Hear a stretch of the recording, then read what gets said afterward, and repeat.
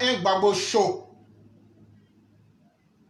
un des leaders les plus minables de l'Afrique de l'Ouest, un des dirigeants les plus sanguinaires de l'Afrique de l'Ouest, un des dirigeants les plus nuls que l'histoire africaine retiendra, mais aussi un homme qui se serait illustré par les bassesses morales de tous les niveaux. C'est de lui que nous allons parler ce soir. Le kidam en question se nomme Laurent Gbagbo. Et les jours impairs, comme il le disait, certains pourraient ajouter Koudou ou le soustraire. Mais toujours est-il que l'individu demeure le même, avec ses vilainies, avec ses tromperies, avec sa méchanceté, mais surtout avec sa mauvaise foi caractérisée. Mesdames et messieurs, lorsque nous avons affaire à un tel individu, il est plus que important de pouvoir nous demander d'abord qui est Laurent Gbagbo. Et il n'y a pas meilleure circonstance que de décrire quelqu'un que d'écouter la personne elle-même se décrire. Mais surtout, quand la personne est aussi décrite par son soi-disant meilleur premier ministre au monde, je crois que le niveau de complicité permet à ce soi-disant premier ministre de dire réellement ce que l'homme était, c'est-à-dire l'individu Laurent Gbagbo. Et donc nous allons commencer par cette introduction avant de pouvoir tomber dans le vif du sujet. Comment vous surnomme le boulanger? Oui. Vous roulez tout le monde dans la farine. Oui, mais j'ai dit que ça, c'est un signe de respect parce que je n'ai jamais vu quelqu'un qui fait de la politique à un haut niveau et qui n'a pas invité surnom. Quand vous faites de la politique à un certain niveau, on vous donne des surnoms et moi, j'ai tout ça, tout ce que ça Vous êtes boulanger? Oui, mais si mesdames laissent m'appeler le boulanger, c'est que je les roule tout le temps. Donc, c'est qu'ils reconnaissent que je les roule tout le temps. Et là, si vous...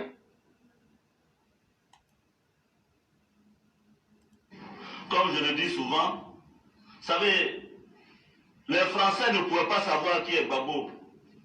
Parce que chez les Blancs, là, quand quelqu'un ment, il rougit tout de suite, on sait qu'il ment. Mais chez nous, les Noirs, ici, tu peux mentir, il n'y a même pas une goutte de sueur. Donc, les Blancs, face à Gbagbo, ne pouvaient pas savoir. Mais aujourd'hui, Gbagbo, par son jeu de la roublardise, en signant un décret le matin et en l'abrogeant le lendemain, a montré qu'il n'était pas un président crédible, a montré qu'il n'avait pas la carrure pour diriger la Côte d'Ivoire. Et donc c'est de cet individu sans charisme pour diriger la Côte d'Ivoire, de cet individu qui s'estime lui-même être un roublard et utiliser cette mauvaise qualité comme une vertu humaine, c'est de cette personne que nous allons vous parler ce soir. Pourquoi nous allons parler de lui? Nous parlons de lui pas parce qu'il est important. Nous parlons de lui pas parce qu'il peut apporter quelque chose de positif à la Côte d'Ivoire, mais nous parlons de cette personne pour que les Ivoiriens qui seraient encore tentés de croire ou d'hésiter ou de se laisser berner par cet individu manipulateur qu'est Laurent Gbagbo, pour lui dire que son passé est là, son présent aussi est là, pour attester que c'est un individu dangereux, un manipulateur qui est en train de mal contenir sa haine et veut détruire la Côte d'Ivoire avant de se retrouver dans la tombe. C'est à cet effet que, incapable d'assumer la dureté de la réalité qui s'impose à lui, le Laurent Gbagbo va donc fuir son FPI une fois rentré des bagnes. Et dans sa volonté d'être toujours le chef suprême de la meute, Laurent Gbagbo va donc créer un soi-disant parti qui en réalité n'est que le même FPI, qui se fera appeler le PPACI. Et donc le 17 octobre 2021 fut créé le PPACI. Et le 17 octobre 2022, Laurent Gbagbo, pensant que tout le monde a été subitement touché par une amnésie collective, ou bien que nous avons été décérébrés, veut tenter de nous faire croire que le monde a existé il n'y a seulement qu'un an. C'est-à-dire que le jour où ils ont créé PPACI en 2021, c'est là que le monde a commencé à exister. dont il pense que dans sa diarrhée verbale et sa cécité intellectuelle et sa mauvaise foi caractérisée, il tente de nous convaincre que les coups d'état civils sont des choses acceptables. Et que s'il y a des coups d'état civils, les militaires aussi ont le droit de faire des coups d'état. Et donc, pour terminer, le Kidam nous dit qu'il faut que les dirigeants civils arrêtent de s'accrocher au pouvoir. Voilà globalement ce que l'individu nous dit. Mais c'est tellement bien, c'est tellement intéressant. Quand on entend tout ça, on se dit, mais le monde est la meilleure place pour vivre, où tous les humains seront mis au même niveau d'égalité. Mais c'est sans connaître l'homme qui s'est déclaré être un roublard de la pire espèce. Je parle de Laurent Gbagbo. Lorsqu'il était au pouvoir lui-même, qui était l'homme le plus farouche à combattre les coups d'État? Il a un discours variant, un discours qui s'adapte à la réalité du terrain, mais surtout qui est toujours dans le sens de ses intérêts égoïstes. Parce que lui, Laurent Gbagbo, n'a pas le pouvoir aujourd'hui en 2022. Quelle que soit la nature du coup d'État, lui, il le valide, mais surtout, il demande à Alassane Ouattara de se comporter différemment pour laisser le pouvoir sans raison. Parce que lui, Laurent Gbagbo, estime que lui, il a parlé. Mais est-ce que toi-même, Laurent Gbagbo, tu n'as pas perdu une élection ici en 2010 et tu t'es agrippé au pouvoir? Ce n'est pas moi qui parle. Ton ancien Premier ministre, Pascal Affi-N'Guessan, va nous dire qui tu es en réalité. Mais l'objectif global que tu vises, c'est d'inciter. Parce que dans un premier temps, le coup d'état militaire que tu avais voulu faire, quand tu utilisais Pulchéri Balé pour créer l'insurrection, la division, quand ton coup d'état civil a échoué et que cette dame galeuse mentalement, physiquement, moralement se retrouve en prison, et sachant que ton coup d'état civil ne passera plus, le 17 octobre 2022, tu viens nous faire croire que comme ton coup d'état civil n'a pas pu, tu en appelles donc aux militaires qui peuvent s'essayer à cela.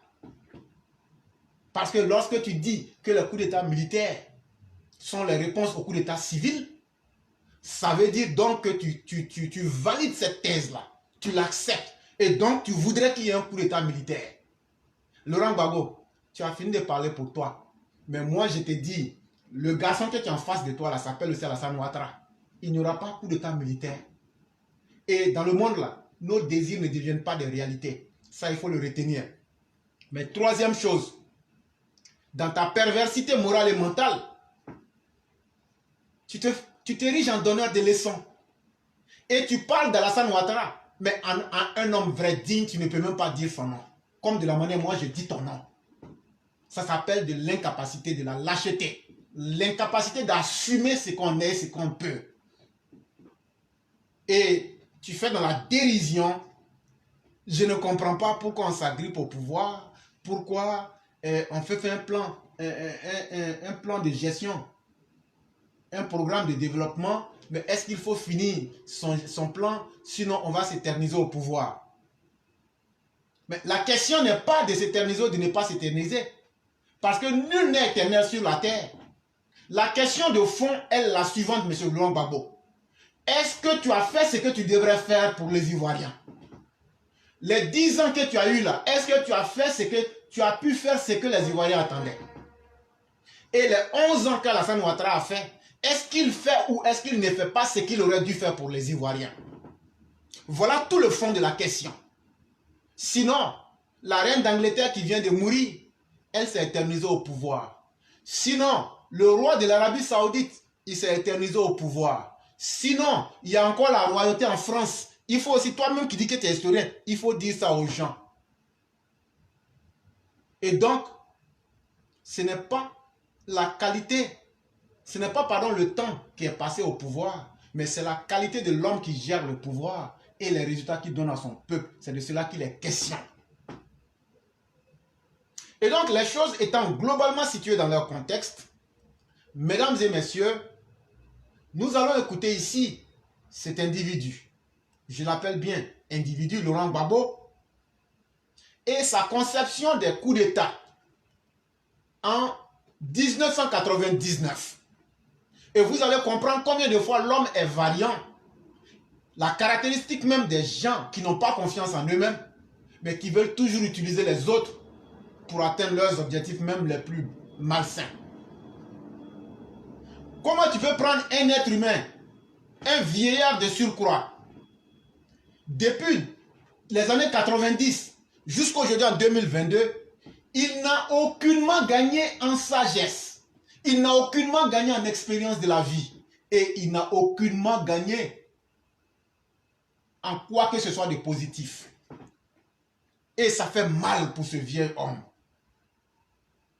Et il démontre même qu'il est la tristesse, la matérialisation même de la tristesse et du désespoir des anges lorsque Dieu créait l'humain. Il dit cela, il n'y a pas de bon en eux. Et Laurent Gbagbo, à lui seul, représente réellement cette symbolique-là qui démontre toute la mauvaise partie même de l'être humain. Et c'est pourquoi vous ne le verrez jamais dans l'assemblée des justes, comme le dit la Bible. Vous ne le verrez jamais tenir une parole, ne serait-ce que par devoir de dignité. En 99, on peut aimer ou détester quelqu'un, mais lorsqu'il y a eu le coup d'État contre M. Bédier, Laurent Gbagbo, contrairement à Alassane qui n'a jamais parlé, Laurent Gbagbo, Blé Goudé, Soro Guillaume, c'est-à-dire toute la gauche ivoirienne, ont eu à faire des déclarations. Et Laurent Gbagbo, personnellement, va saluer et verra même dans ce coup d'État de 1999 un moyen de salut pour la Côte d'Ivoire.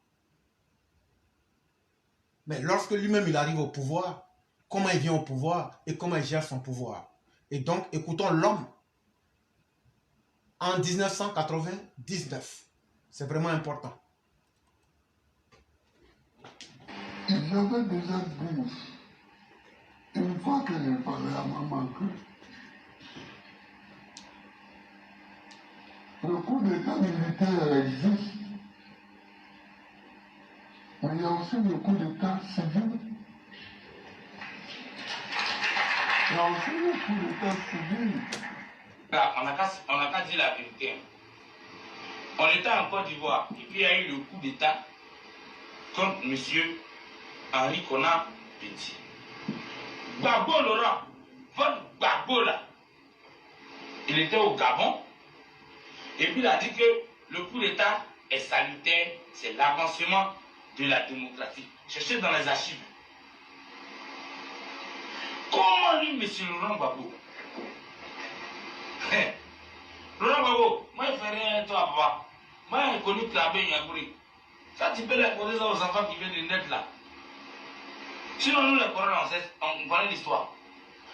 Monsieur Laurent Gbagbo, sachant qu'il aurait un coup d'État en Côte d'Ivoire, qui allait faire tomber Henri Konan Bédier, il est allé se cacher au Gabon comme s'il fait un voyage. À ce temps, il était opposé, il n'avait rien même. Gbagbo savait, Gbagbo a planifié le coup d'État avec les plans. C'est comme ça qu'on les appelle nous tous. C'est pas la France, mais c'est les multinationaux. Gbagbo savait. Ils étaient au Gabon quand Bédier a fait, ils ont renversé Bédier au coup d'État. Et quand ils ont demandé à Laurent Gbagbo, qu'est-ce que tu penses de ce coup d'État? Le même jour là, Gbagbo pouvait dire que non, parce qu'il nous a appelé pour sortir là. Non, moi, je vais appeler, moi, je ne fais rien lui. Parce qu'il a appelé sans sortir là. Il pouvait dire non, les militaires ne doivent pas avoir le pouvoir. Ils ne voient rien sortir. Et le Gabon dit oui, c'est l'avancement de la démocratie. Gbagbo soutient un coup d'État. Et c'est pourquoi lorsqu'on va plus loin, toi-même, qui dis être un homme qui n'est pas violent, un homme qui a la main sur le cœur, relativement au coup d'État de 1999 pour enlever Bédier au pouvoir, qu'est-ce que toi-même tu as dit? Cher Laurent Gbagbo, lorsqu'un individu est né menteur, l'histoire finit par le rattraper comme dans ton cas. Laurent Gbagbo, te souviens-tu avoir fait une déclaration le 3 janvier 2000, si je ne m'abuse, puisque je suis rentré dans les archives de RFI et voici ce que Laurent Gbagbo disait. Et je cite. Laurent Gbagbo réagit au coup d'État en soulignant que le processus démocratique était bloqué. Il veut nous dire qu'avec Henri Konan Bédié, le processus démocratique était bloqué. Pensez un peu à ce qui s'est passé au Portugal. En 1974, c'est ce qu'on a appelé dans l'histoire la révolution des œillets. Nous vivons, je crois, quelque chose de similaire.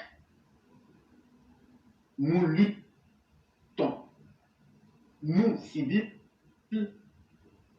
et nous sommes tous donnés un coup de pouce assez décisif, je l'espère, à notre lutte. Je pense que les militaires doivent être à la caserne et que les hommes politiques doivent faire de la politique. C'est bien ce qu'ils ont fait. Laurent Gbagbo dit, c'est bien ce qu'ils ont fait. Il dit, c'est bien que les militaires ont fait le coup d'État. C'est bien que les militaires ont fait le coup d'État, mais il faut qu'ils l'aient fait pour la Côte d'Ivoire. Laurent Gbagbo qui cite, c'est écrit, ce que je dis là, c'est écrit. Si tu n'es pas convaincu, il y a le lien qui est là, va taper, tu vas regarder. Laurent Gbagbo dit que le coup d'État, ça a été une bonne chose, mais qu'il faut qu'il l'ait fait pour la Côte d'Ivoire. Il faut qu'on ait un calendrier électoral pour revenir à une vie constitutionnelle et pour mettre en place les institutions. Je cherche à ce qu'on ait un processus qui puisse faire en sorte que les gens ne puissent plus dire on va voler et on restera impuni. Il faut enlever de la tête des hommes politiques qu'on vient à la politique pour faire de l'argent. Tu as tenu cet entretien le 3/01/19 sur RFI avec le journaliste Bruno Minas. Et tu disais que ce coup d'État-là était salutaire, c'est comme la révolution des œillets qui a eu lieu en 1974 au Portugal, et que tu penses que les militaires sont venus, ceux qui ont fait le coup d'État, les IB, sont venus donner un coup de pouce au processus démocratique qui était bloqué par Bédié, et que toi, Laurent Gbagbo, c'est bien ce que les militaires ont fait, mais il faut qu'il l'ait fait pour la Côte d'Ivoire. Je mets quiconque au défi de venir me dire que c'est faux, ou bien que ce que j'ai dit là n'existe pas, après avoir mis le lien, après avoir lu et après avoir dit ce que j'ai dit. L'histoire retiendra que Laurent Gbagbo ira plus loin à travers son filleul ou son compagnon de tous les jours, Blé Boudé, apprécier davantage le coup d'État. Et on écoute Blé Boudé dans cette vidéo qui suivra. Et donc, mesdames et messieurs, vous pourrez voir ça sur nos différentes pages. Et donc, voici ce que Laurent Gbagbo défend. Mais, si les choses s'arrêtaient là, on en serait un peu plus heureux. L'individu va plus loin pour nous dire que les coups d'État militaires sont les réponses aux coups d'État civils. Cela nous ramène en 2000. Lui qui était civil, n'a-t-il pas fait un coup d'État contre un militaire? Lui qui était civil au temps de Gbagbo, comment se fait-il que lui apprécie un coup d'État militaire? En réalité, l'individu, Laurent Gbagbo, n'a qu'un seul moyen d'accéder au pouvoir, c'est la violence. Pour lui, la violence, la manipulation sont les seuls moyens d'accéder au pouvoir. Laurent Gbagbo est incapable de gagner régulièrement une élection. Il en est conscient. Et pour cela, il s'est donné comme pour méthode la violence, la manipulation. Et c'est pourquoi vous verrez que à partir de 2000, jamais la Côte d'Ivoire n'aurait connu du sang versé qu'au temps de Laurent Gbagbo. Parce que c'était la violence pure et dure. La violence qu'il fallait imposer pour pouvoir prendre le pouvoir et surtout le maintenir. C'est ce qui nous fait passer à la deuxième phase où nous allons démontrer Laurent Gbagbo et sa conception des putsch en octobre 2000. On a déjà montré sa conception en 1999. En 2000, Laurent Gbagbo qui nous parle des coups d'état civils et des coups d'état militaires oublie que lui-même, étant civil, il était sur les champs d'opération pour diriger un putsch militaire. La vidéo, je viens de poster toutes les vidéos de ce que je dis. Donc si toi tu es là, ah non c'est des écoutes, non, non, non. Allez sur toutes nos pages, vous allez voir tout ce que je suis en vidéo. Il était lui-même civil, chef des opérations de putsch en octobre 2020. Retenez ça, ça fait coup d'état civil. Deuxième chose, coup d'état militaire en 2020, parce qu'en complicité avec des militaires acquis à sa cause, il va donc diviser l'armée.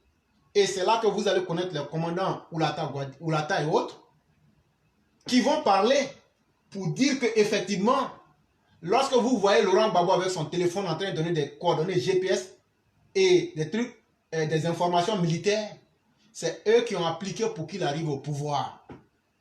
Et ils vont aller même plus loin pour dire que c'est eux les militaires qui ont conquis le pouvoir et qui ont fait faire à Laurent Gbagbo sa lecture de serment. Ça s'appelle coup d'état militaro-civil. Donc, les deux ensemble. En 99, tu avais applaudi un coup d'état civil. Tu peux dire que ce n'était pas toi. Mais en 2000, c'est toi qui fais un coup d'état civil avec des militaires. Mais ça ne s'arrête pas là, Laurent Gbagbo. C'est qu'en plus d'être un coup d'état civilo-militaire, c'était aussi un coup d'état politique. Un coup d'état politique, puisque tu as eu le soutien du gouvernement socialiste français en l'an 2000, qui t'a donné tout son soutien. Et donc, quel est ce personnage de Laurent Gbagbo, qui est un adepte patenté des coups d'état civilo-politico-militaires et qui va aujourd'hui nous distraire? Ça ne passera pas. C'est un individu, un anarchiste, un gauchiste, un individu violent, un individu sans repère, qui ira même à dire 1000 morts à gauche, 1000 morts à droite. Moi, Laurent Gbagbo, je m'en tape. Parce que pour moi, la seule chose qui m'intéresse, que mes partisans meurent ou que je tue des milliers de partisans de l'autre côté, c'est que je dois être au pouvoir, je dois avoir le pouvoir par tous les moyens et les conséquences, je m'en tape. C'est à ce Laurent Gbagbo là que nous avons affaire. Et ce que je viens de dire, on va l'écouter ici et vous allez pouvoir vous rendre compte de l'effectivité de ce que j'avance. Et si on a déjà fait le coup d'état militaire sans regarder le coup d'état civil, on ne va pas peut-être comprendre pourquoi il y a des coups d'état militaires. Parce que les coups d'état militaires sont souvent des réponses aux coups d'état civil. Elle est là. Il faut qu'on ait les dispositions. Tu as du personnel sur place? Tu as des soldats? Oui. Bon. Est-ce que le plateau est maintenant sécurisé? Oui. Oui.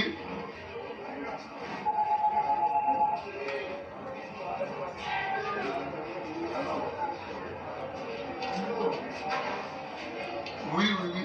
Ouais. C'est lui qui m'a dit d'ailleurs sur quoi je vous appelle. Oui. D'accord. Est-ce que le général Doué est là? Il n'est pas avec vous. Bon. Les gens l'ont pris en otage. Les gens l'ont pris en otage. Il est à quel camp?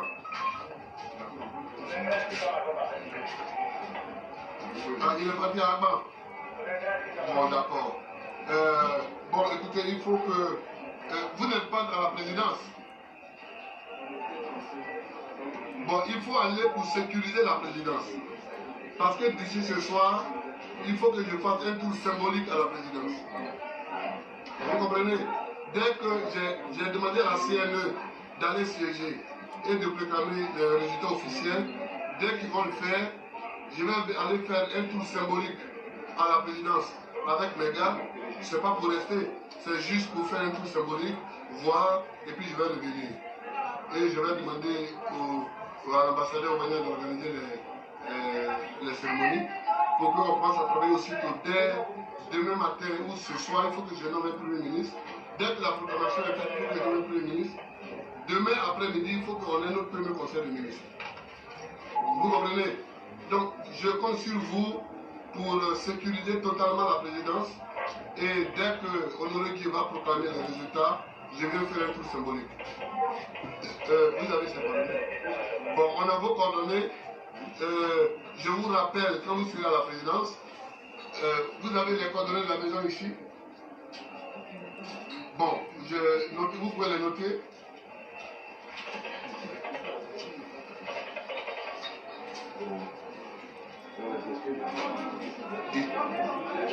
Vous êtes prêts? C'est le 22 43 26 87. Voilà. Ou bien 22 43 34 34 19. Ou bien 22 43 71 71. Voilà. Dès que vous arrivez à la présidence et que vous avez tout sécurisé, vous m'appelez. Voilà. Allez, soyez à ma disposition et demandez, renseignez-vous où se trouve Doué parce que je veux rentrer en contact avec lui. Ok? Voilà, parce qu'il faut que tous les officiers soient sur la même longueur d'onde. Ok? Je vous remercie. Au revoir.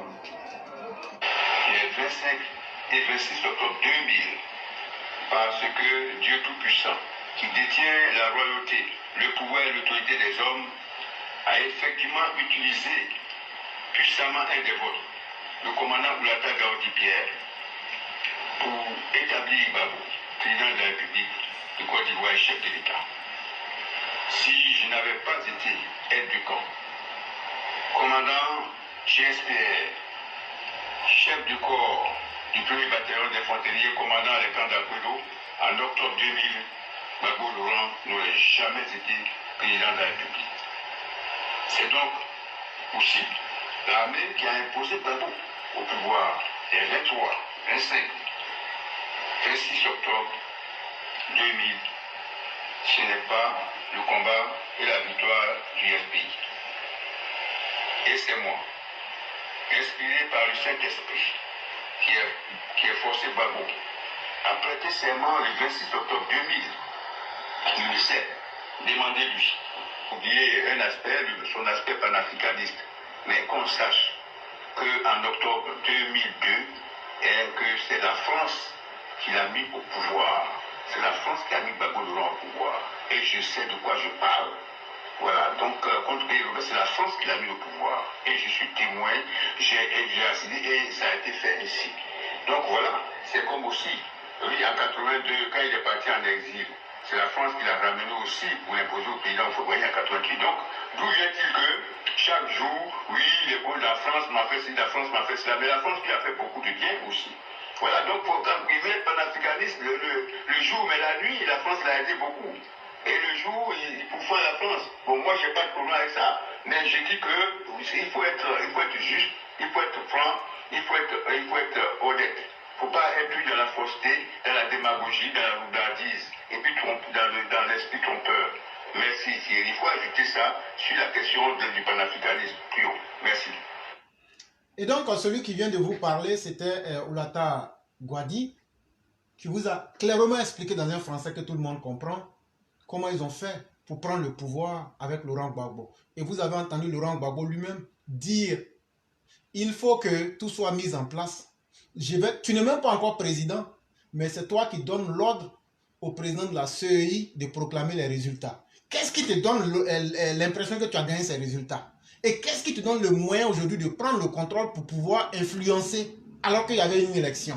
Ça, c'est un coup d'état civil qui a été appuyé par un coup d'État militaire, comme le dit Oulata, et qui vient encore confirmer l'aspect politique, donc un coup d'État politico-militaro-civil. Toi seul, dans l'histoire de l'humanité, c'est toi seul, Laurent Gbagbo, qui a pu faire ça. C'est très honteux et c'est très, très humiliant que tu viennes aujourd'hui t'asseoir pour essayer de jouer avec les mots. En réalité, ton goût pour la violence est ton seul moyen d'expression en politique. Sinon, ceux qui estiment que tu es un politicien, comment on peut être un politicien et être dans le mensonge permanent, la roubladise, la violence gratuite? Si ce sont ces deux moyens-là qui doivent te permettre d'exister en politique, ça veut simplement dire que tu es un homme violent, tu es un homme sans valeur. Et ça, nous, on va te le dire clairement. Et c'est pourquoi, avant même d'aller un peu plus profondément dans l'analyse, je me suis posé la question de savoir même, c'est quoi pour toi, Laurent Gbagbo, la démocratie? Quelle définition tu pourrais donner à la démocratie? Et c'est très important ici, lorsqu'on écoute, à travers une brève histoire de la Côte d'Ivoire, on comprend réellement que pour toi, la démocratie n'existe pas. Pour toi, c'est ta présence au pouvoir et tous les moyens de violence que tu peux utiliser pour te maintenir au pouvoir qui sont pour toi la justice et la légalité. Et donc, on écoute ici ce résumé assez bref, mais qui décrit beaucoup de détails pour ceux qui font semblant d'avoir oublié. Les archives sont là, les archives existent et nous allons les exhumer et mettre la vérité. Et ce qu'on est en train de dire là, s'il y a du mensonge là-dedans, ou bien des faits qu'on a dénaturés là, quelle que soit votre obédience politique, idéologique, venez nous dire ici qu'on a menti. C'est de cela qu'il est question.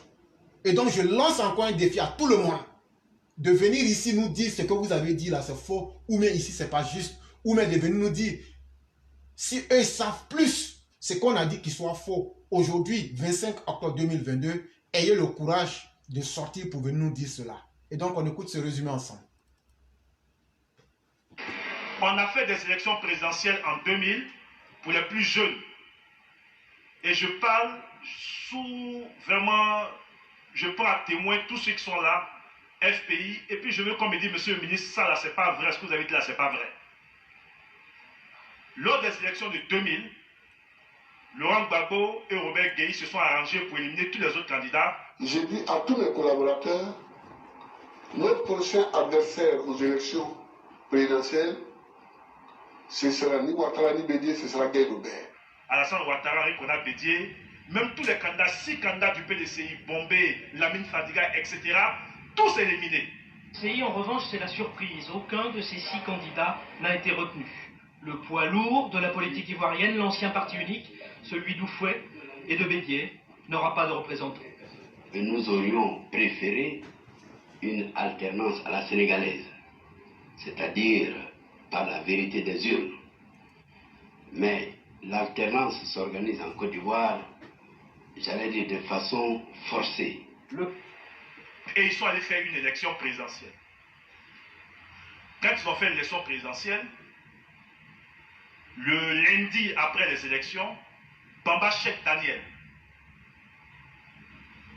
qui, comme le président de la commission électorale indépendante, j'oublie son nom, Honoré Gueye, n'avait pas pu donc donner les résultats des élections. Et on a vu tout ce qui a été empêché de donner les résultats des élections. Un groupe de militaires des commandos veulent interpeller le président de la commission, Honoré Gueye, celui-là même chargé de proclamer les résultats un peu plus tôt. Bamba Cheikh Daniel est sorti à la télévision pour dire que bon, Robert Gueye a gagné les élections avec 1 million et quelques voix. Robert Gueye, 819 495, soit 52,72%. Et Laurent Gbagbo a perdu les élections.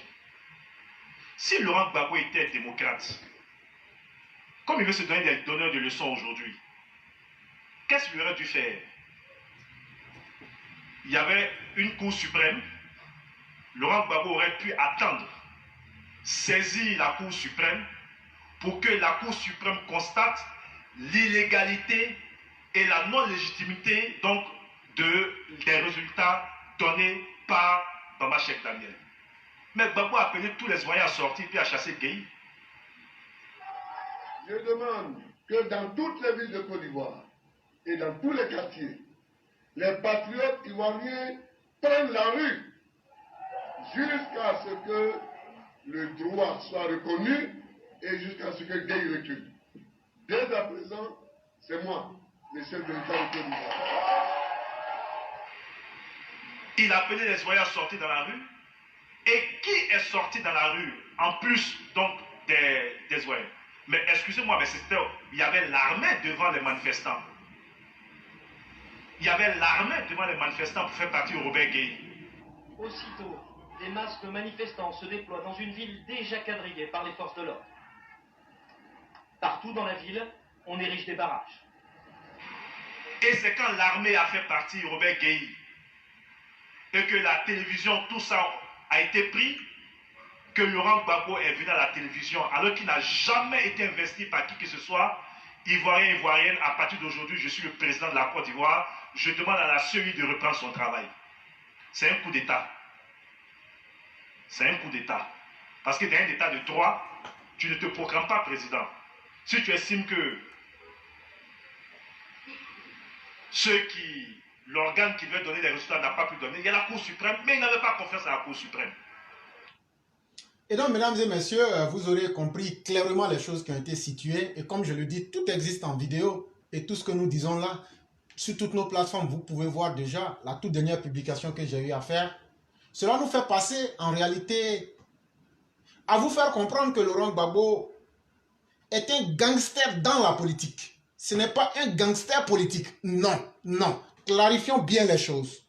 Laurent Gbagbo est un homme antisocial, un anarchiste, un homme violent, un homme sans capacité positive dans la politique.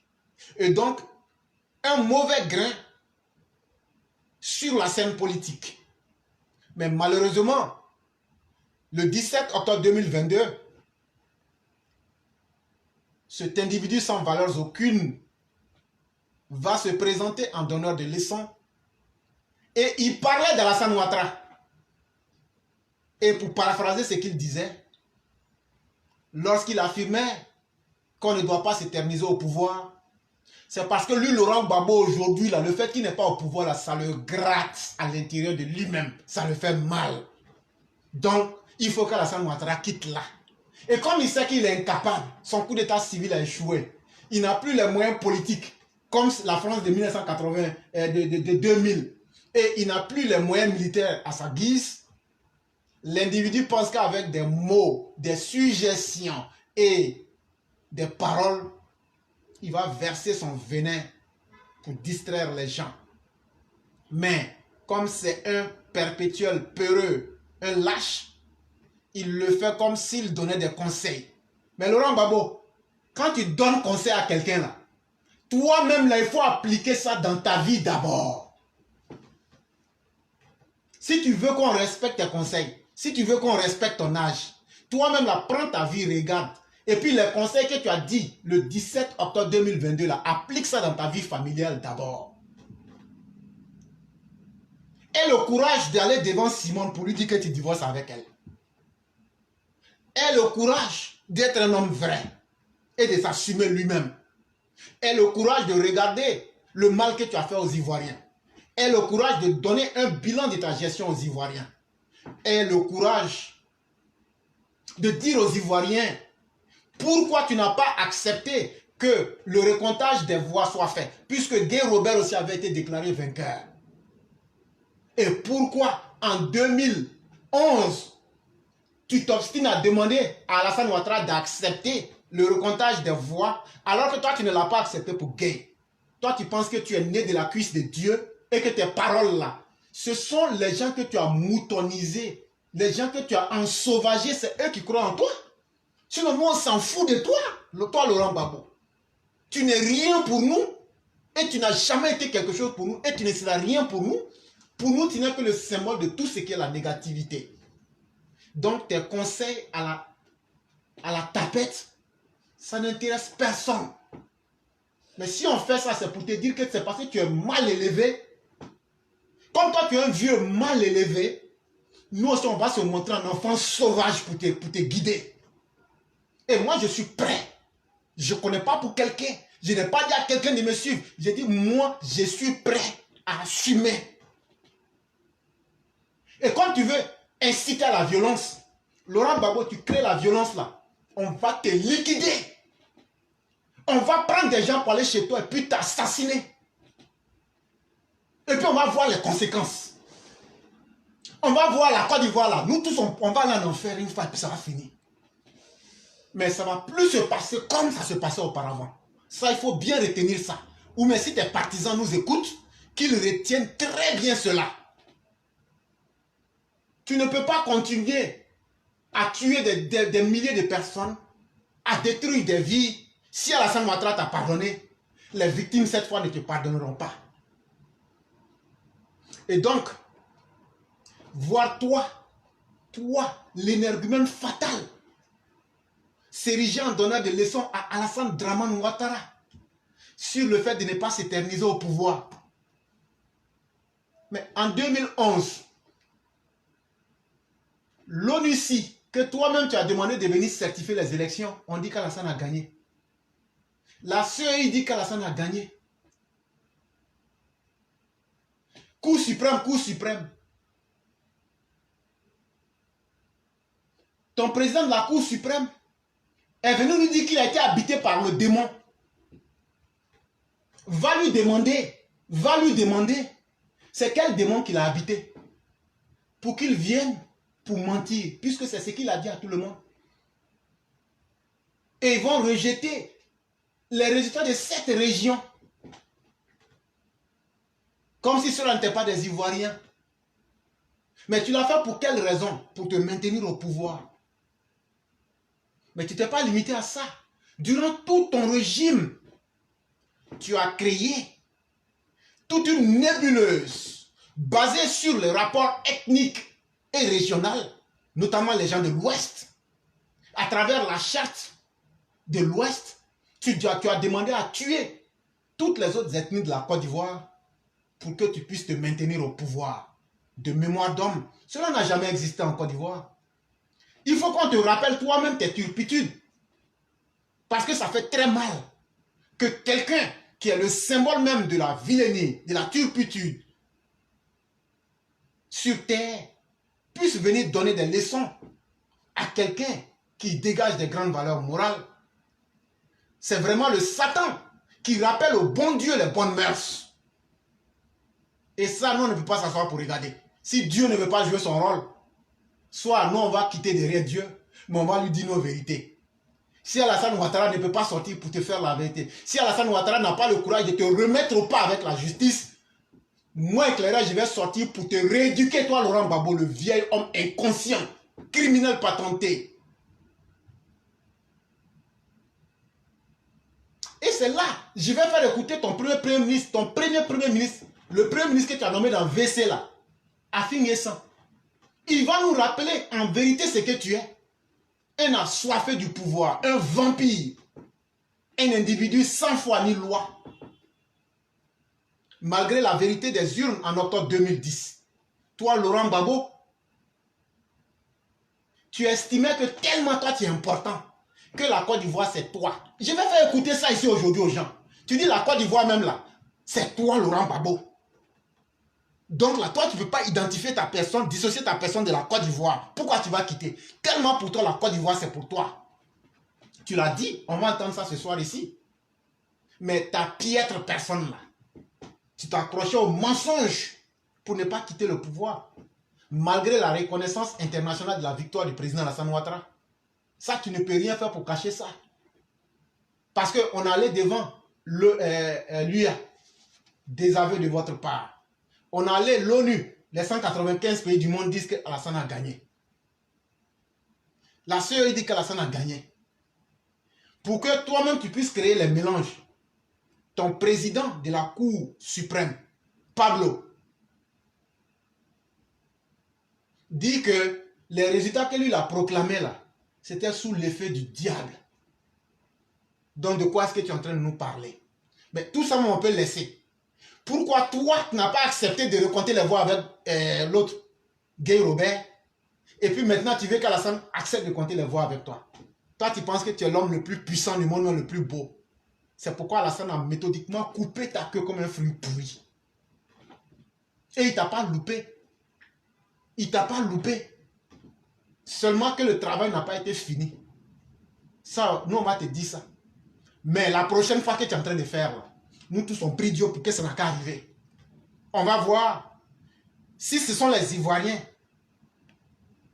qui n'ont ni de rapport avec la politique, mais je vous dis, chien va manger au corps de politiciens la prochaine fois. Espèce de tueur de Guy Robert, assassin que vous êtes. Et donc, ce que tu dis, je suis en partie d'accord avec ce que tu dis.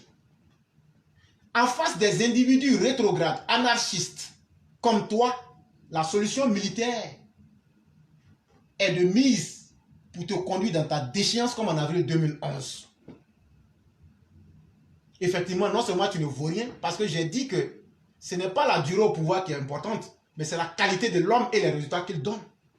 Un individu improductif, un individu sans projet de société pour lui-même encore, pour sa nation, un individu violent, un criminel, le vampire de la lagune ébriée que tu étais. Et encore, un menteur patenté qui vient de perdre lamentablement des élections, mais tu veux t'accrocher à un mensonge. Mais Alassane t'a correctement fessé. Et il t'a fait tomber comme un fruit pourri le 11 avril 2011. Donc pour des gens comme toi, la force militaire est nécessaire pour chasser des tyrans, des despotes, des sanguinaires comme toi, Laurent Gbagbo, qui veulent en toute occasion imposer leur turpitude, leur vilainie au peuple. Et cela ne saurait être accepté. Et mesdames et messieurs, on écoute les faits ici. Parce que celui qui parle sans argument, c'est lui qui dit demain. Moi, je ne parle pas sans argument. Ce que vous entendez là, les vidéos sont déjà là-bas. Allez regarder les vidéos, mais écoutez surtout aussi, ici aussi. Les programmes que vous concevez avant d'arriver au pouvoir, quand vous les mettez en pratique, leurs conséquences, et leurs conséquences, et leurs conséquences, c'est long. Donc si vous voulez attendre de finir les conséquences des conséquences de vos programmes, vous allez rester au pouvoir toute votre vie. Vous allez rester au pouvoir toute votre vie. Alors, en voulant rester au pouvoir toute votre vie, c'est la dictature. C'est la dictature.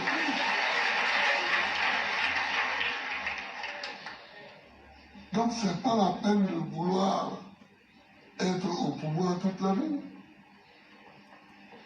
Et le président Laurent Gbagbo lui-même s'est accroché.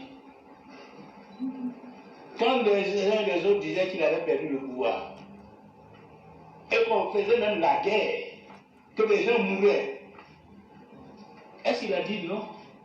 Au nom de la vie humaine, j'accepte le poste de président à Alassane Ouattara.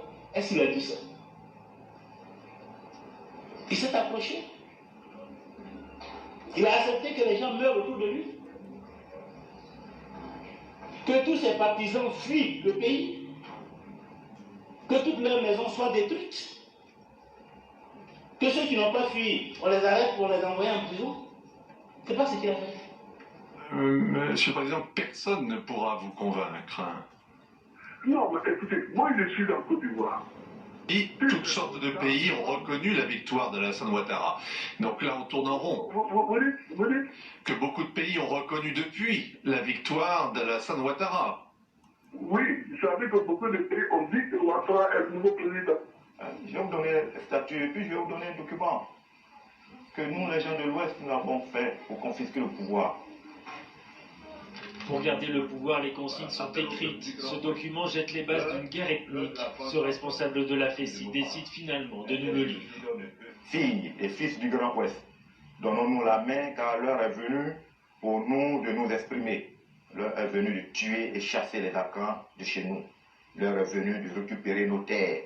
L'heure est venue de débarrasser nos villages de nos et nos villes des Djoula, en parenthèse Mossi. Avait la tué, et ça c'est un document officiel de la FECI. Officiel, la FECI. Donc nous demandons pardon pour que nous sommes tous des Ivoiriens, nous devons aller à la réconciliation, ce qu'a demandé le président Alassane, et il a si bien demandé. Pour ne pas tomber dans les mêmes erreurs que notre chef. C'est dommage puisque M. Laurent Gbagbo est perdu autant de temps à la Côte d'Ivoire, 4 mois après la brillante élection que les Ivoiriens ont organisée en novembre 2010.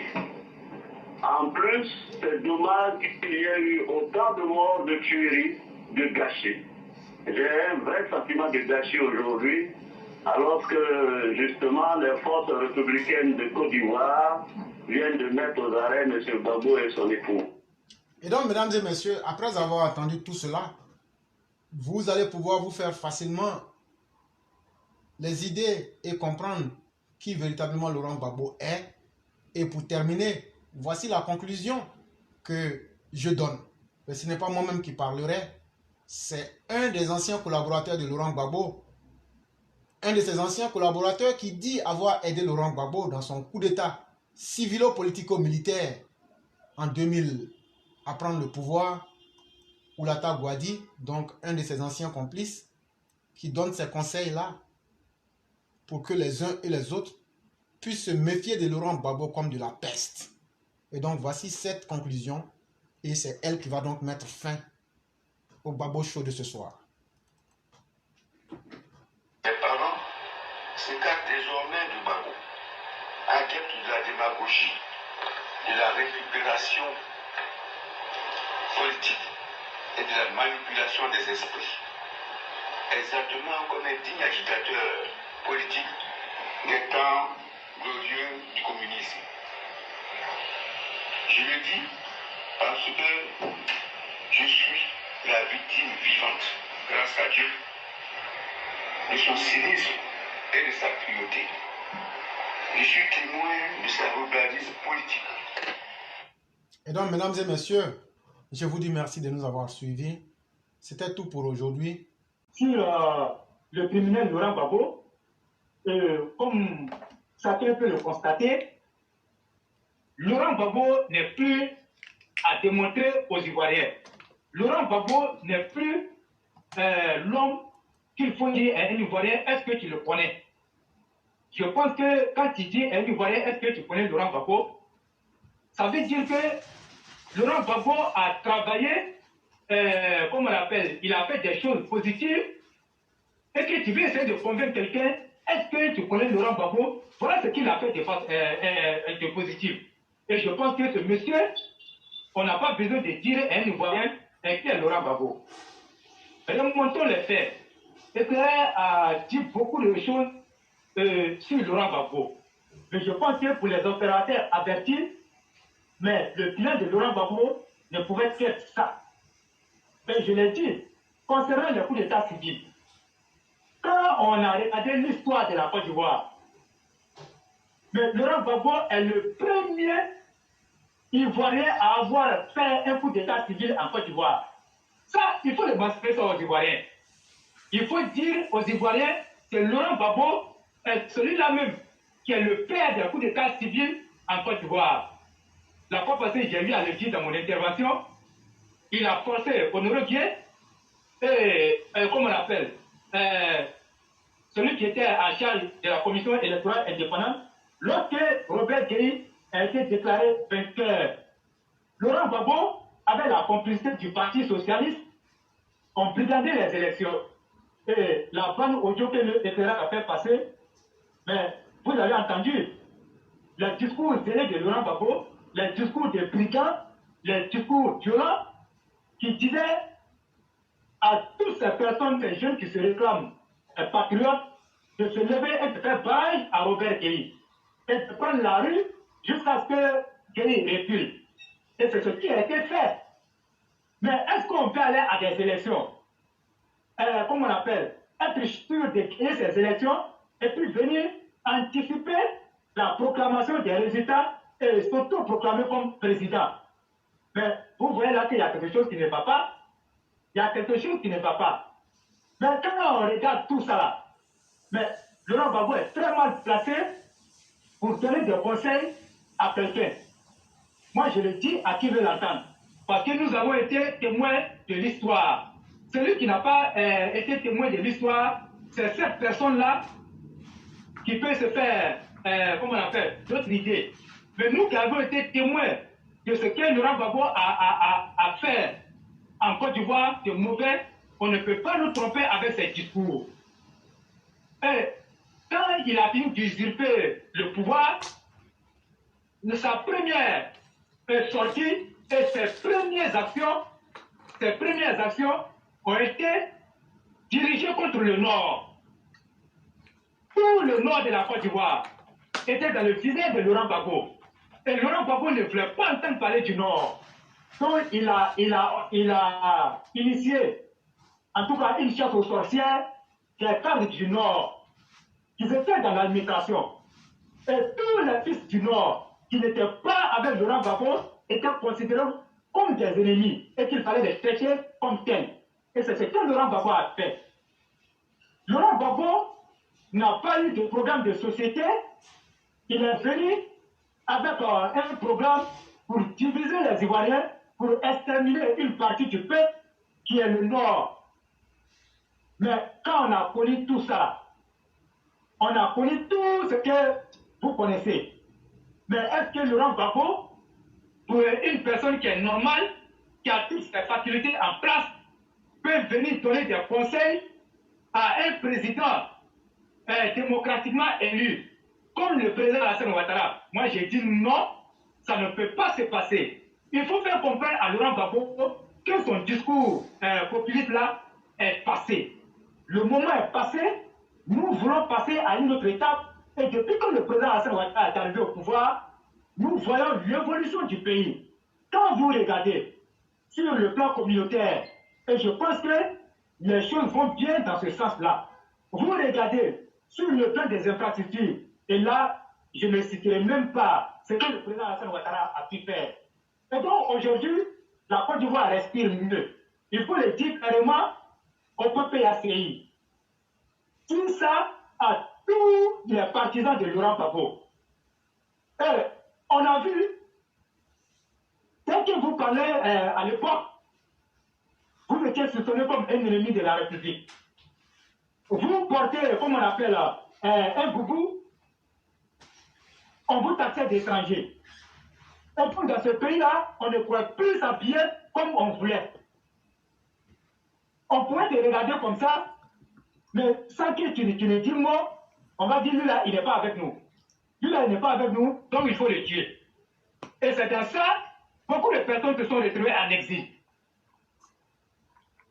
Donc je crois qu'il est important de souligner tous ces aspects-là aux Ivoiriens. Mais n'en parlons même pas dans milieu estudiantin. On a vu ce qui se passait dans le milieu estudiantin. Mais beaucoup d'étudiants à l'époque qui étaient promis à un bel avenir ont dû écourter leur étude à cause de ce que Vieux Goudé avait instauré sur les campus universitaires. La chasse aux sorcières des étudiants qui ne pouvaient pas leur idée de violence. Beaucoup d'étudiants sont aujourd'hui, s'il y a beaucoup d'étudiants à l'époque qui n'ont pas pu continuer leur études, et c'est bien entendu qu'on a parlé de Laurent Gbagbo avec Vieux Goudé. Vieux Goudé était sa machine à tuer sur les campus universitaires. Ça, il faut dire ça aux Ivoiriens. Mais on n'est pas dupes. On n'a pas la mémoire courte. Nous savons réfléchir et nous avons vu ce qui s'est passé. Et donc, moi, en tant que jeune, je ne vais plus jamais accepter que Laurent Gbagbo soit à nouveau candidat à une élection présidentielle en Côte d'Ivoire.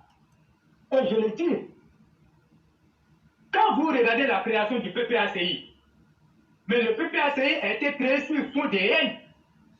C'est la haine qui a fait que Laurent Gbagbo a créé le PPACI.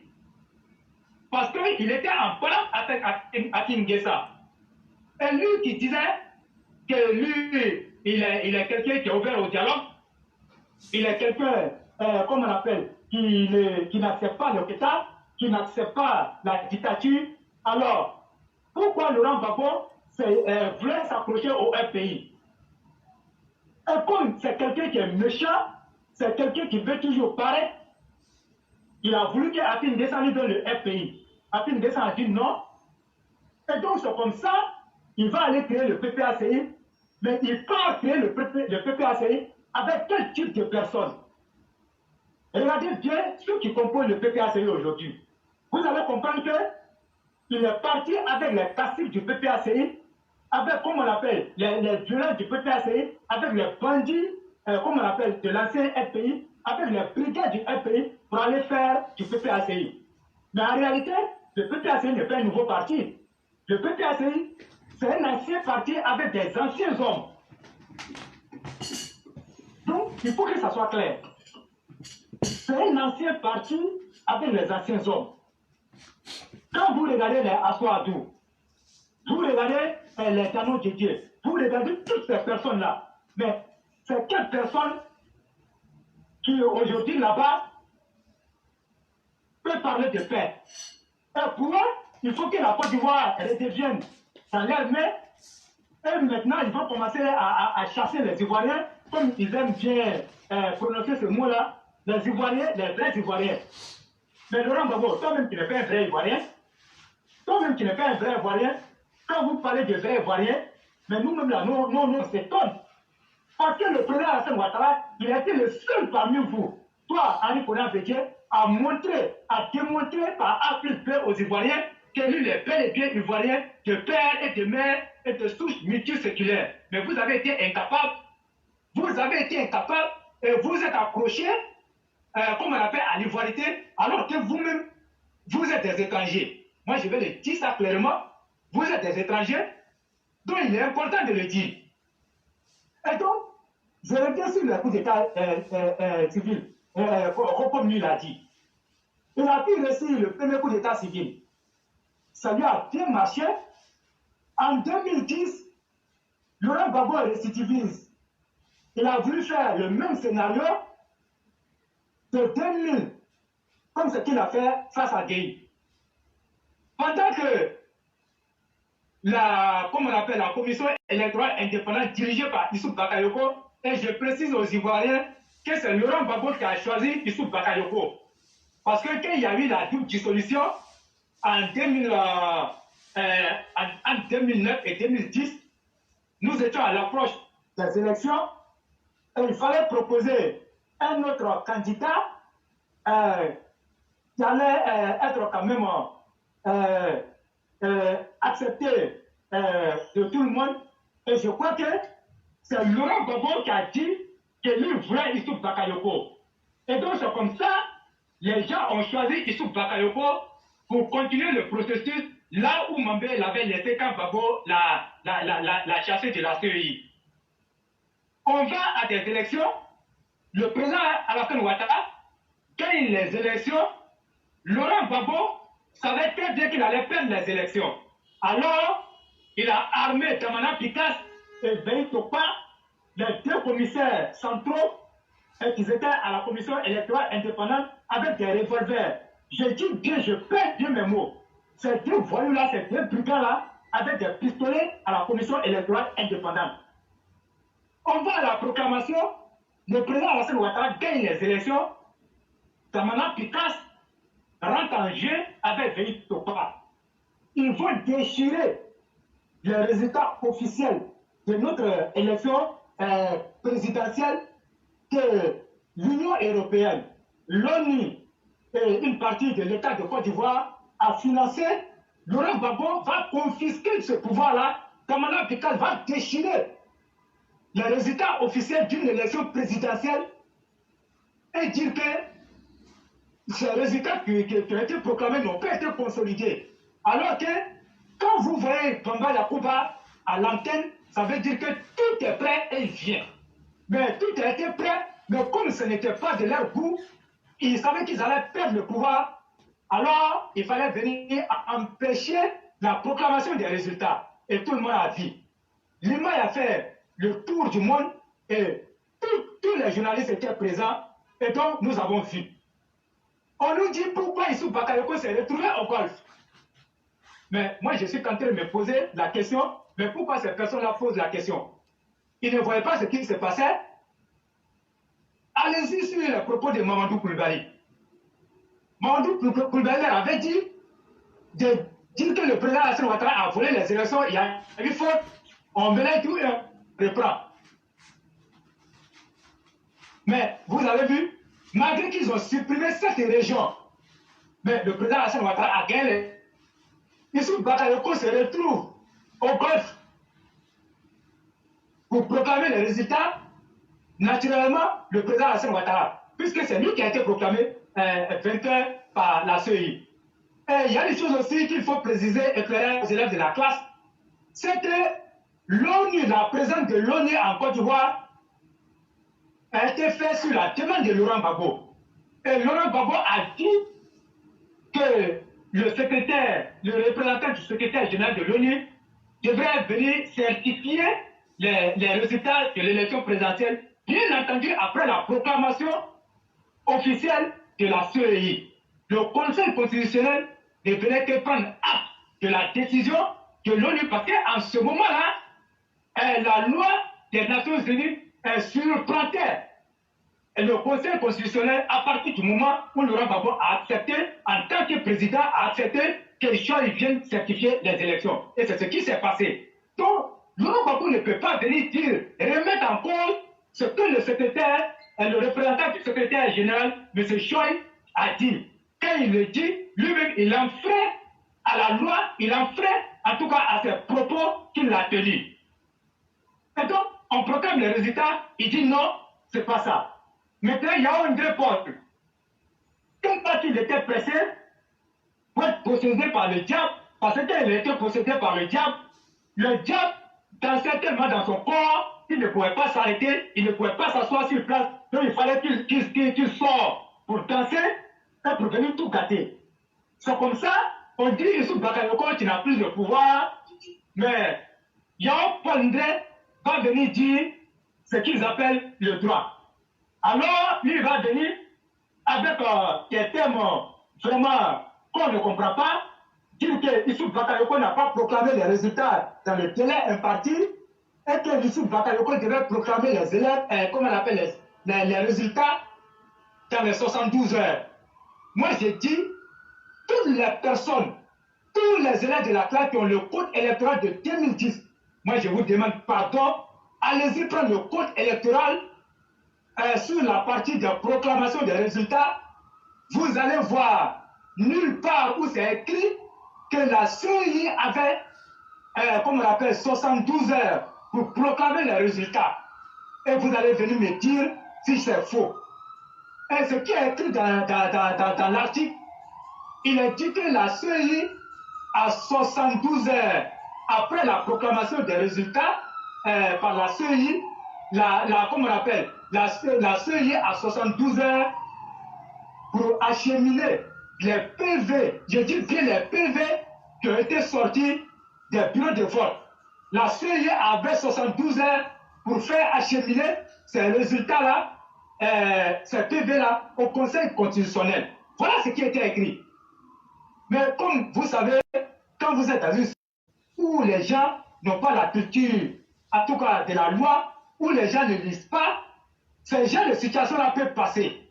Mais moi, j'étais dedans et je connaissais très bien cette loi. Et voilà pourquoi vous avez vu, les gens n'ont jamais accepté que Laurent Gbagbo puisse faire cette forfaiture-là et faire son deuxième coup d'état civil. Mais il y a eu plus fort que lui, son excellent Alassane Ouattara, donc le deuxième coup d'état de Laurent Gbagbo n'a pas passé. Donc, à son actif, il a un coup d'état civil, comme on l'appelle en Côte d'Ivoire, mais le deuxième a été échoué. Il a voulu refaire encore la même chose en 2020, mais ça n'a pas marché. Donc ça veut dire qu'aujourd'hui, Laurent Gbagbo est l'homme de lui-même, mais quand on parle sur la loi, Laurent Gbagbo a une peine d'emprisonnement de 10 ans. Jusqu'à preuve de contraire, le président Alassane Ouattara n'a pas encore pris une loi d'amnistie pour dire que Laurent Gbagbo est lavé de tous ses crimes. Et le président Alassane Ouattara ne le ferait jamais. Parce que quand le président Alassane Ouattara va prendre une amnistie pour laver Laurent Gbagbo de ses crimes, alors Laurent Gbagbo sera en droit de dire aux Ivoiriens, moi je vous ai toujours dit que je n'ai tué personne en Côte d'Ivoire. Moi j'ai toujours aimé les Ivoiriens, que ce soit du nord, du sud, à l'ouest et à l'est. J'ai toujours aimé les Ivoiriens. Mais vous avez vu, celui qui a dit que moi j'ai tué les Ivoiriens, il vient de prendre une loi pour me laver de tous les crimes. Donc je demande aux Ivoiriens de chercher la personne qui a tué les 3000 morts. Et Laurent Gbagbo aura raison de dire que c'est le président Alassane Ouattara qui a tué les 3000 morts. Écoutez très bien. Écoutez très bien. Nous sommes en politique, il faut que les gens écoutent très bien. Donc voilà le plan du PPACI avec Laurent Gbagbo. Pousser le président Alassane Ouattara à prendre une loi d'amnistie pour qu'enfin ils vont rentrer, comme on appelle, dans une logique de poursuite judiciaire pour donner l'impression que c'est le président Alassane Ouattara qui a tué les Ivoiriens, et là, ça ne passe pas. La grande présidentielle qui a été prononcée en faveur de Laurent Gbagbo, le PPACI n'aime pas ça. Parce qu'ils savent très bien que la grande présidentielle n'annule pas les crimes de Laurent Gbagbo. La grande présidentielle laisse planer toujours les crimes et les 20 ans d'emprisonnement qui a été requis contre Laurent Gbagbo. On lui dit qu'il a été condamné par contumace. Et la fois passée, le président de la CEJ a expliqué clairement que Laurent Gbagbo n'a jamais été condamné par contumace, mais plutôt par défaut. Et donc, la condamnation a été hâtée. Donc, tout ce qu'ils sont en train de faire, c'est du cosmétique. Laurent Gbagbo sait pertinemment qu'il n'a pas le droit de se présenter à une élection présidentielle en Côte d'Ivoire. Et pire même, c'est parce que c'est la Côte d'Ivoire. Sinon, dans un autre État, Laurent Gbagbo n'avait même pas, comme on appelle, le droit d'être à la tête d'un parti politique. C'est en Côte d'Ivoire qu'on peut voir ça. Un prisonnier de guerre, un prisonnier non repenti comme Laurent Gbagbo, un criminel qui a une peine d'emprisonnement de 20 ans, peut être président d'un parti politique et qui mène ses activités et personne ne parle. C'est en Côte d'Ivoire qu'on peut voir ça. Et le PPACI est très conscient de ça, mais ils veulent faire un passage en force, ils veulent faire dans le populisme, dans la propagande mensongère, pour faire comprendre aux Ivoiriens que Laurent Gbagbo peut être président. Laurent Gbagbo ne peut même pas être candidat après qu'on raison dit un président. Un président qui n'a même pas ses facultés morales, intellectuelles et physiques en place peut venir être candidat. Vous savez qu'en Côte d'Ivoire, avant quand tu proposes ta candidature, il y a un plan de santé. Il y a des médecins qui sont là pour voir, comment on appelle, si tu es bien portant pour diriger le pays. Mais on ne va pas prendre un poulet mouillé, un canard boiteux, quelqu'un qui reçoit de sa vie, venir le mettre à la tête de la Côte d'Ivoire, alors que le président Alassane Ouattara a placé la barre très haute. Et même un jeune qui a toutes ses facultés en place, qui vient, comme on appelle, être élu à la tête de la Côte d'Ivoire, moi je ne suis pas sûr que la personne a pu faire comme le président Alassane Ouattara. Et donc Laurent Gbagbo ne peut rien apporter à la Côte d'Ivoire. Tous les souvenirs que nous avons de ce criminel-là, c'est la tristesse et la désolation, c'est les tueries, les escadrons et la mort, la division des Ivoiriens. Et voilà tout ce qu'on retient de Laurent Gbagbo. Quelqu'un qui n'a même pas pu réunir la gauche, je vais dire le RPI, et qui a laissé le PPACI sur, comment on appelle, un fonds de haine. Vous pensez que c'est Laurent Gbagbo qui va venir réunir la Côte d'Ivoire? Alors, il a quel projet de société? Quand il a annoncé ce qui est à son arrivée, avec 10 petits milliards qui pourraient construire des universités. Alors, dites-moi, est-ce que Laurent Gbagbo a pu faire une brique? Il n'a rien fait. Il a pillé les ressources du pays à tel enseigne qu'on nous a fait sortir une liste de 38 milliardaires du pays. Nous avons connu ça dans ce pays-là. Alors, chers Ivoiriens, n'ayons pas la mémoire courte. Regardons ce que le président Alassane Ouattara a fait dans le pays. Qu'est-ce que le président Alassane Ouattara nous a proposé? À l'opposition, j'ai encore, comme on appelle, son programme de société, à l'époque du RDR, et chaque fois, je révise un peu le programme du président Alassane Ouattara. Et sur les points qu'il a donnés, je pense qu'il a rempli tous les points. Il n'y a pas un point qui est resté comment on appelle, en marge. Tous les secteurs ont été touchés. Tous les 31 régions de la Côte d'Ivoire ont été touchées par le développement. Aujourd'hui, vous regardez la Côte d'Ivoire. À cause des travaux, vous prenez d'abord même la ville d'Abidjan, on a des problèmes de circulation parce qu'il y en a trop. Il y en a trop. Donc aujourd'hui, le président Hassan Ouattara, il a l'air dans sa peau. Donc, allez-y comprendre que ces opposants-là, ils veulent venir au pouvoir pour piller ce que le président Hassan Ouattara a fait, mais on ne saurait accepter que ces criminels-là reviennent encore au pouvoir. Ça, il faut que ça soit clair. Regardez un peu la démarche comme on appelle, de Blé Goudé avec Laurent Gbagbo. Lorsque Laurent Gbagbo arrive au pouvoir par la rue, mais Laurent Blé Goudé a testé la force de la rue. Et il a vu qu'avec cette force de la rue, le président Laurent Gbagbo, à l'époque, pouvait rester au pouvoir pendant longtemps. Alors, ils ont multiplié, comme on appelle, l'implantation des agoras. Donc, allez-y comprendre que ce sont des lieux d'endoctrinement de la jeunesse. Et c'est dans ces lieux-là, ils ont endoctriné la jeunesse, ils ont manipulé la jeunesse, et ils ont fait endormir l'esprit comment on appelle, de cette jeunesse-là qui voulait travailler. Donc, écoutez, il va prendre, comment on appelle, la liste. Il va faire élaborer beaucoup de listes dans tous les agoras de Côte d'Ivoire. Et il prend la liste là, il va voir le président Laurent Gbagbo à l'époque. Il dit à Laurent Gbagbo, si vous avez eu le pouvoir, c'est à cause de cette jeunesse-là. Étant donné que vous êtes au pouvoir, je vous prie de trouver du travail à ces jeunes-là. Laurent Gbagbo répond à Blé Goudé, mais comment puis-je faire pour trouver du travail à ces jeunes-là?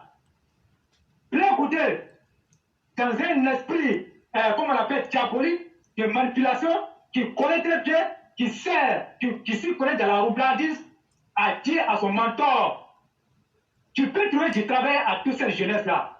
La méthode est simple. Nous avons des sociétés d'État qu'on appelle les EPN, les établissements publics, comme on appelle, nationaux. Je vais parler de la CIR, Petroci, Gestoci, comme on appelle, l'RTCI, le port, vous avez parlé aussi, comme on appelle, de la SOTRA. Vous pouvez envoyer ces jeunes-là dans ces sociétés-là. On prend les listes de ces jeunes-là et on les distribue dans toutes ces sociétés d'État. Mais ce n'était pas que les jeunes-là pas travailler en plein temps dans ces sociétés-là. Mais c'était une manière d'aller déposer ces listes-là pour que chaque fin de mois, les jeunes-là qui sont dans les agoras, qui sont là pour défendre le pouvoir de Laurent Gbagbo, puissent aller émerger dans ces sociétés-là à chaque fin de mois pour prendre 100 000 francs, 200 000 francs, 300 000 francs, 400 000 francs, jusqu'à 1 million de francs CFA. Moi, je dis et je pèse bien mes mots. J'étais dans leur milieu, j'ai des amis qui étaient là-bas, avec qui j'échangeais et qui m'invitaient parfois, qui ont tenté de me convaincre de rejoindre le groupe avec le RDR. Moi, je ne vais jamais avoir quelque chose. Et je leur ai dit, moi, de mon éducation, de ma conviction, pour rien au moins, je vais laisser la lutte du RDR parce que j'ai une occasion d'aller m'accomplir, comme on appelle, d'aller rejoindre le diable, je ne le ferai pas. Mais ça n'a pas entaché mon amitié avec ce guerrier. Ce guerrier émergeait à la CIR à hauteur de 350 000, voire 400 000. Il ne travaillait pas. Tout son travail était de défendre Laurent Gbagbo dans les agoras. Et chaque fin de mois, ces jeunes-là partaient prendre l'argent à Petroci, à Gestoci, à la CIR, à la SMP, à Petroci, à, comment on appelle, à Côte d'Ivoire Énergie, oui, qui est devenu à Côte d'Ivoire Énergie aujourd'hui. Toutes ces sociétés sont comme ça, ils ont contribué à faire tomber ces sociétés-là d'État. Toutes ces sociétés-là ont été dépouillées, ces sociétés sont tombées en faillite. Voilà un peu comment les gens avaient organisé, comment on appelle, cette situation. Vous allez remarquer, ceux qui empruntaient les bus de la SOTRA à l'époque, mais dans le parc autour de la SOTRA, en réalité, il n'y avait plus Il n'y avait même pas appelé le 100 bus à l'époque.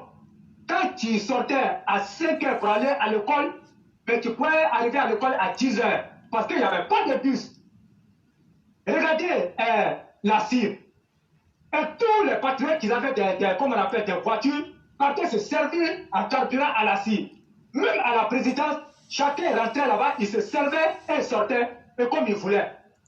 Vous avez vu? Donc voilà ce qui était le pays de Laurent Gbagbo. Voilà le pays que Laurent Gbagbo voulait nous laisser. Voilà comment il a endoctriné la jeunesse. La jeunesse là, ne peut plus rattraper ses années perdues. Mais c'est le président Alassane Ouattara qui est venu donner l'espoir à cette jeunesse-là, qui est venu montrer à cette jeunesse-là, ceux qui ne travaillent pas, qui ne mangent pas, qui est venu créer les conditions d'emploi à la jeunesse. Aujourd'hui, beaucoup de jeunes qui se réclamaient patriotes à l'époque ont eu du travail grâce au président Alassane Ouattara. Grâce à la vision du président Alassane Ouattara, tous les jeunes respirent mieux aujourd'hui. Quand le président Alassane Ouattara crée la condition de l'entrepreneuriat, il incite les jeunes à aller entreprendre. Il incite la jeunesse à ne pas rester à la maison. Il dit aux jeunes, je suis venu pour vous, je suis venu travailler pour la Côte d'Ivoire, alors sortez des agouras, venez travailler. Je pense qu'il n'y a pas mieux que le président Alassane Ouattara. Mais le métier de Laurent Gbagbo, je pense qu'il est complètement effacé dans l'esprit des Ivoiriens. Ils veulent seulement effacer, comme ils pensent que ce qu'ils ont fait à l'époque, ça a bien marché. Ils pensent qu'ils peuvent baigner encore dans la propagande et de faire dans la manipulation, mais ils ne savent pas que le président Alassane Ouattara a trop travaillé sur la mentalité de la jeunesse. Voilà le président Alassane Ouattara. Quand on dit un panafricain, je pense que c'est lui qu'on appelle le vrai panafricain. Et comme moi, quand je suivais LCI 360 le dimanche, et j'ai aimé Anne-Marie Nguessa Gisèle, qui est une journaliste à RTI, et qui a dit à la fin du débat, il y a une réplique qu'Ali Diarasouba ouvre, où on nous parle de carton, on voit chacun livre d'attribuer un carton rouge, carton jaune et un carton vert à une situation, à tout cas de son choix. Et Anne-Marie Nguessa Gisèle a donné son carton au président, le carton vert au président Alassane Ouattara et à tout son gouvernement pour la voie de contournement qu'on appelle la Y4. Quand vous voyez ça, ça veut dire que le président Alassane Ouattara est l'incarnation du panafricanisme. Et donc, nous disons ici clairement à la jeunesse de Côte d'Ivoire de se tenir prêt et de ne plus écouter les rapports et de ne plus écouter l'endoctrinement de Laurent Gbagbo et d'écouter plutôt le développement. Qui dit le développement? Dit le président Alassane Ouattara. Regardez bien dans vos 31 régions. Chaque région est touchée par le développement. Et regardez la composition du gouvernement du président Alassane Ouattara. La composition du gouvernement du président Alassane Ouattara, c'est une composition de couleur nationale. On peut trouver toutes les régions dedans. Mais contrairement à Laurent Gbagbo, qui a mené une politique de division, une politique de secteur pour diviser les régions. Comme on appelle les Ivoiriens, nous n'avons plus besoin de ça. La Côte d'Ivoire mérite mieux que ça. La Côte d'Ivoire n'a plus besoin d'un dirigeant comme Laurent Gbagbo, qui ne peut rien apporter à la Côte d'Ivoire, comme Laurent Gbagbo, qui est une poule mouillée, un bras cassé. Nous n'avons plus de Laurent Gbagbo dans ce pays-là. Il faut que ça soit clair. Et c'est le même message pour Henri Konan Bédié. Henri Konan Bédié n'est pas épargné de ce que moi je suis en train de dire, puisque ce sont les mêmes personnes. J'ai fini pour dire à Guillaume Soro que lui non plus il est épargné de mes propos. Ils sont tous dans le même bateau, mais nous on voit clair.